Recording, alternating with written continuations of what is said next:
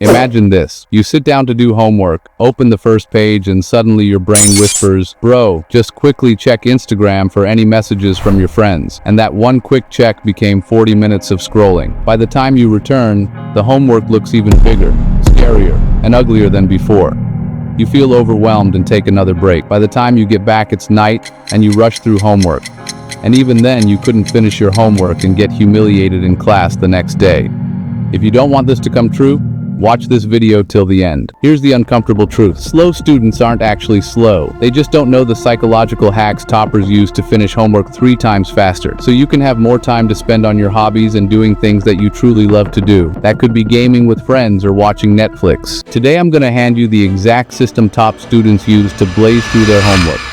And if you skip any step, you'll keep wasting hours on something you could have finished in 30 minutes. So let's start without further ado. Here's the harsh reality. Most of your homework time isn't spent doing homework. It's spent avoiding homework. So we fix that before starting. Clean your desk. Shikamaru doesn't enter a battlefield without clarity, and your desk is your battlefield. Research shows visual clutter increases procrastination by 40% because your brain gets overwhelmed by all those micro stimuli. So, wipe the desk. Remove useless items. 1 pen, 1 notebook, 1 mission. That's it. Put your phone in a different room. Don't keep it on silent. Don't keep it face down. Don't keep it just for music. That's cap. Give it to a sibling or your parents and tell them, hide it. Don't give it back for 1 hour. Yeah, it'll hurt. But so did Rock Lee's training, and that made him a beast. Add lo-fi, your brain's focused BGM.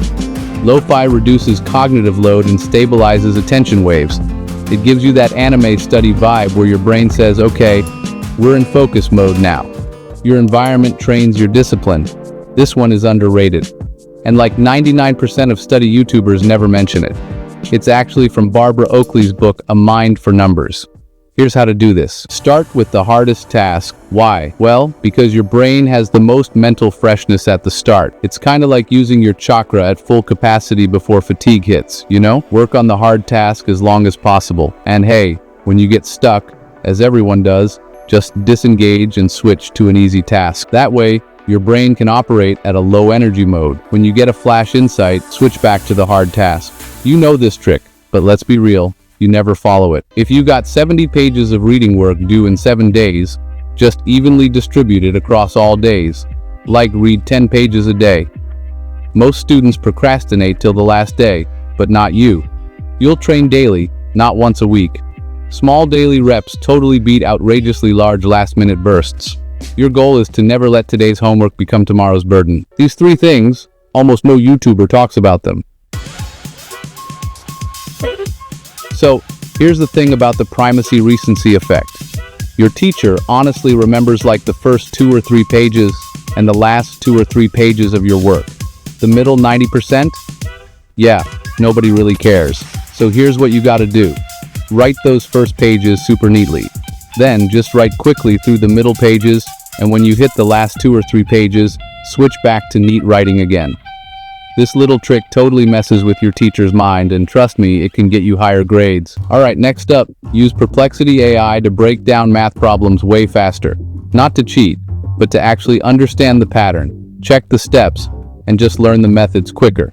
It's kinda like having Kakashi standing behind you, teaching you silently, you know? But hey, don't just copy the answers blindly. Copying makes you dumb, but understanding, that makes you dangerous. Okay. So the 10-second preload.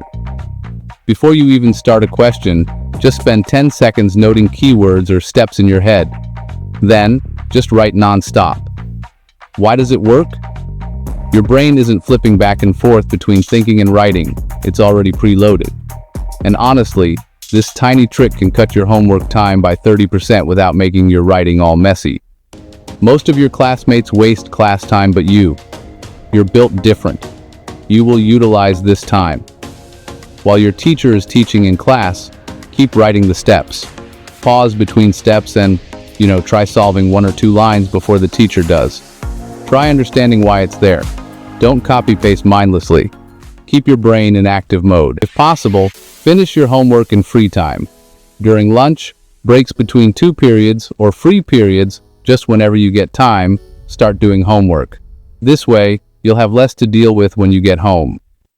If you don't have that much time in school to do the homework, at least preview the homework the moment you get it. Read all the questions, find references in your textbook, and mark the tricky ones. This reduces homework fear by 60% because your brain already knows the terrain. So, Theodore Roosevelt used these super limited time frames to produce honestly insane output. Back when he was a student at Harvard University, he would use the time between his classes to knock out his homework. And then, when he got home, he'd tackle his assignments with such blazing intensity that it actually increased his efficiency. Okay, look, I'm not saying you have to go all in with work ethics like Theodore Roosevelt, but what you can try is just set a tight timer for whatever task you're doing. Seriously, not more than 90 minutes. Cut out all distractions and just try to get as much done as you can. Most students, honestly, overestimate the time they need. You'll realize you usually finish in like half the time. Pressure creates diamonds, or, at the very least, finished homework. When you feel tired, overwhelmed, or, just totally brain dead, do the smallest possible step, like just one page, or maybe one question, even just one paragraph. Action beats thinking, and movement beats motivation. This is what really sparks momentum. Your schedule has to follow this hierarchy. First, fixed tasks like schoolwork assignments and deadlines. Then, flexible tasks after, like going to the gym, hobbies, or any optional work. Why? Because fixed tasks give structure. They act kind of like Ayanokoji's constraints that create discipline. When your day has a backbone, you don't crumble. Whenever you don't feel like starting, just count 5, 4, 3, 2, 1, and then start. This interrupts procrastination circuits, and honestly, it forces a bit of micro-discipline. Slow students aren't doomed. Fast students aren't smart. They just know the systems. If you follow today's techniques, you'll finish homework in half the time, with double the quality, and honestly, triple the peace. Your enemies aren't bad grades. Your enemies are delay, distraction, and doubt. Defeat them. Become unstoppable.